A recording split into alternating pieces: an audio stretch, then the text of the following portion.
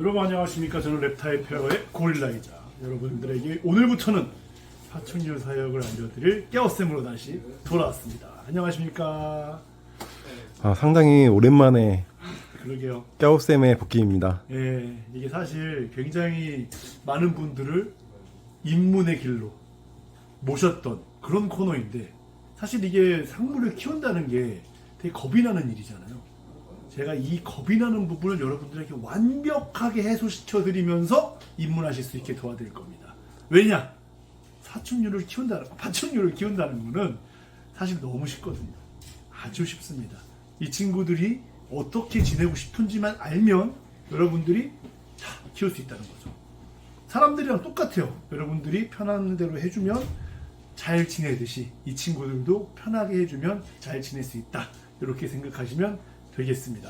오늘 첫 번째로 여러분들에게 소개해드릴 친구들은 아주 재미있는 친구들이에요. 사람들이 거북이 하면 떠올리는 친구들은 물속에서 막 헤엄치는 걸 생각한단 말이죠.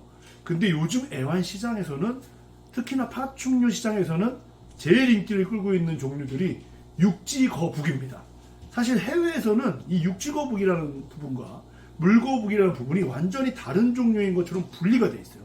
거북이라는 단어를 안 쓰고 터틀, 톨토이스 이렇게 완전히 분리가 돼 있거든요. 근데 이제 한국 같은 이제 국가에는 육지거북이 존재하지 않다 보니까 그냥 거북 이렇게 불리우는 종류가 있었고, 최근에 이제 한국으로 수십 가지의 육지거북이들이 들어오면서 육지거북이, 물거북이 이런 식으로 막 분리가 되기 시작한 거거든요. 사실 거북이라는 개념 자체가 어떻게 보면 육지거북과 물거북이라는 건 완전히 다른 분류군으로 보고 생각을 해야 된다는 점 말씀드리면서, 오늘 소개해드릴 육지거북이, 그 중에서 가장 인기가 좋은 4종류를 한번 보여드리려고 합니다. 이쪽으로 한번 가보시죠. 자, 육지거북이는 이제 유라시아 지역과 그리고 아프리카 지역에서 주로 서식을 합니다. 유라시아 지역에 서식하고 있는 친구들은 이렇게 좀 작은 친구들이 많아요. 그리고 이 친구들은 지금 봐서는 뭐 비슷한 사이즈로 보이고 있는 소형 종류들인데 생각보다 많이 커지는 종류들입니다. 이 친구들은 아프리카, 이 친구들은 유라시아 지역, 이렇게 생각하시면 돼요. 유럽에 서식하는 친구들이다, 이렇게 생각하시면 되고요. 그만큼 이 친구들은 조금 추위에도 강하고 막 이런 느낌이 있는 친구들이고, 이 친구들은 약간 따뜻한 지역에 살고 있는 대형 육지거북이들이다, 이렇게 생각하시면 되겠습니다. 자, 이 친구들이 종류도 다르고 사는 지역도 많이 다르지만 키우는 방식은 거의 비슷하기는 해요. 자, 이 친구들의 이름을 하나씩 소개를 해봐 드릴게요. 키우는 방법은 차후에 설명을 해드리기로 하겠고요. 이 친구들을 하나씩 살펴볼게요. 이 녀석은 설가타라는 육지거북이고요. 이 친구는 세계에서 3번째로 커지는 굉장히 대형종에 속합니다. 성체의 경우에는 거의 1m까지 성장을 하는 아주 거대한 종류이고요. 이따가는 성체 아이도 보여드리도록 할게요. 그리고 이 친구 같은 경우에는 레오파드 육지거북이라고 해서, 레오파드, 표범을 닮은 무늬가 이렇게 많이 박혀있는 친구예요. 이 친구는 여러 가지 파트로 나눠져서 아종으로 분리되는 종류들이 있는데, 그 중에서도 아주 커지는 종류들은 거의 설가타에 육박하는 80cm 정도 되는 큰 사이즈로 성장하는 종류들도 있습니다. 자, 그리고 이쪽에 있는 친구들은 다시 한번 봐볼까요? 얘네들은 호스필드, 제가 찍은 영상이죠. 마가레트를 닮았다면서 동그란 마가레트와 닮은 이런 체형, 좀 다른 친구들은 길쭉한 느낌이 있다면 이 친구들은 좀 동그랗게 성장을 하고요. 성체시 사이즈가 이 친구들은 거의 뭐 80cm만 이렇게 커지는 반면에 얘네들은 등갑만 봤을 때 한 15에서 20cm 정도밖에 크질 않아요.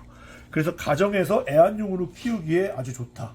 특히나 추위에 굉장히 강하기 때문에 여러분들께서 열원에 대한 걱정을 좀 덜 해도 되는 종류, 이 넷 중에 동일한 사이즈일 때 가장 강한 종류를 뽑아라 하면 저는 자연스럽게 이 호스필드라는 친구를 선택할 것 같습니다.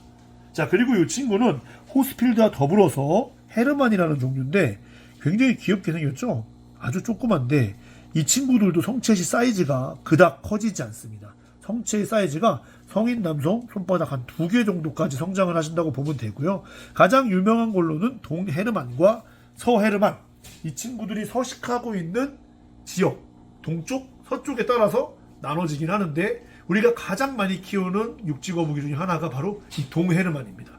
그만큼 저렴하기도 하고 성체시 사이즈가 작기도 하다 보니까 사육장 자체를 아주 큰 데다 키우지 않고 한 중간쯤 되는 사이즈로 키우곤 하죠. 네, 여러분들께서 사육하실 때 본인이 키울 수 있는 환경과 이런 것들을 충분히 고려를 해준 다음에 사육용품 완벽하게 구비하시고 육지거북이를 입양하시면 참 좋겠죠. 근데 여러분들 육지거북이를 입양하려고 하면 여러 가지 생각이 됩니다. 일단 기본적으로 가장 인기가 좋은 파충류 하면 떠오르는 크레스티드 게코 같은 경우에는 우리가 입양할 수 있는 기회가 굉장히 많아요. 왜냐하면은 옆집에서도 막 키우기도 하고 아는 뭐 동료들이 혹은 같은 동호인들이 너무 키우는 게 많다 보니까 서로 교류를 하면서 많이 할 수가 있습니다. 그게 왜 그럴까요? 번식을 했기 때문인데요. 이 친구들은 기본적으로 번식을 하려면 아주 큰 공간과 긴 시간으로 성체를 사육해야 할 시간이 필요하기 때문에 이 친구들은 그런 게 불가능합니다. 그렇다면 얘네들은 어디서 데려올 수 있느냐? 평균적으로 많은 분들께서 파충류 전문 샵들에 찾아가서 데려오곤 합니다. 바로 저희 비콘과 같은 곳에 오셔서 데려오시는 경우가 많은데 그때 어떤 친구를 골라야 되는지에 대해 제가 지금도 설명을 해드릴 거예요. 초보자들이 고를 때 되게 큰 실수를 많이 하는데 그게 뭐냐 하면 그냥 보고 아 예쁘다, 아 귀엽다 하고 딱 데려오시는 경우가 있거든요. 근데 여러분들이 어떤 친구를 골라야 되는지를 지금부터 제가 차근차근 설명을 해드릴게요. 어렸을 때 막 책 같은 데 보면 병아리 고르는 법 막 이런 거 나올 때 있거든요. 물론 저희같이 나이 든 사람들한테 해당하는 일일 수도 있습니다. 왜냐면 우리 때는 병아리가 그냥 동네에서 판매하고 그런 경우가 많았거든요. 여러분들은 이제는 병아리를 그렇게 입양하거나 그런 기회들을 많이 갖지는 않으시지만 여러분들 주변에 보시면 파충류 샵들이 되게 많아요. 그래서 그런 파충류를 입양할 기회 이런 것들이 되게 많아졌거든요. 그때 여러분들이 어떤 포인트를 보고 골라야 되는지를 알아두시면 되게 좋겠죠. 특히나 육지거북 같은 경우에는 집에서 평생을 같이 살아야 될 정도로 수명이 길어요. 근데 건강하지 않은 친구를 데려와 갖고 키운다는 것이 얼마나 힘든 일이 되겠습니까? 즉 어릴 때 데려올 때부터 아주 건강한 친구를 데려와야 한다는 점 말씀드리면서 어떤 포인트로 봐야 하는지를 지금부터 설명해 드리겠습니다. 자, 일단은 거북이를 한 마리 골라볼게요. 잘 돌아다니고 있죠? 일단은 자기가 원하는 종류여야겠죠? 저 같은 경우에는 이 설가타란 친구를 한번 키워보고 싶다 생각을 했다고 생각을 할게요. 자, 일단은 모든 종류들이 동일합니다. 이 친구들의 눈을 봐야 돼요. 눈을 초롱초롱하게 잘 뜨고 있느냐 내지는 뭐 짓물거나 그런 부분은 없느냐를 봐주셔야 되고요. 그 다음에 코끝을 봤을 때 콧방울, 자 코풍선 같은 걸 불고 있진 않은가 이렇게 건강 상태를 한번 파악해 보는 게 굉장히 중요합니다. 또 플러스 알파로 이번에는 얼굴 지나서 몸을 한번 봐볼게요. 이 거북이가 갖고 있는 무게감, 중량감이 조금 있는 편이 좋아요. 그 말인즉 뱃속에 먹을 걸 가득 담아두었다 라고 보실 수가 있겠죠. 그리고 그 다음에는 좌우로 한번 살짝 눌러봅니다. 그때 변형이 없어야 돼요. 아이가 꿀렁꿀렁하니 좀 약간 물렁물렁한 느낌이 든다. 그러면 건강하지 않은 거고 그건 갑연화증이라는 병으로 와서 아이가 폐사에 이를 수도 있다는 점 여러분들에게 말씀을 드릴게요.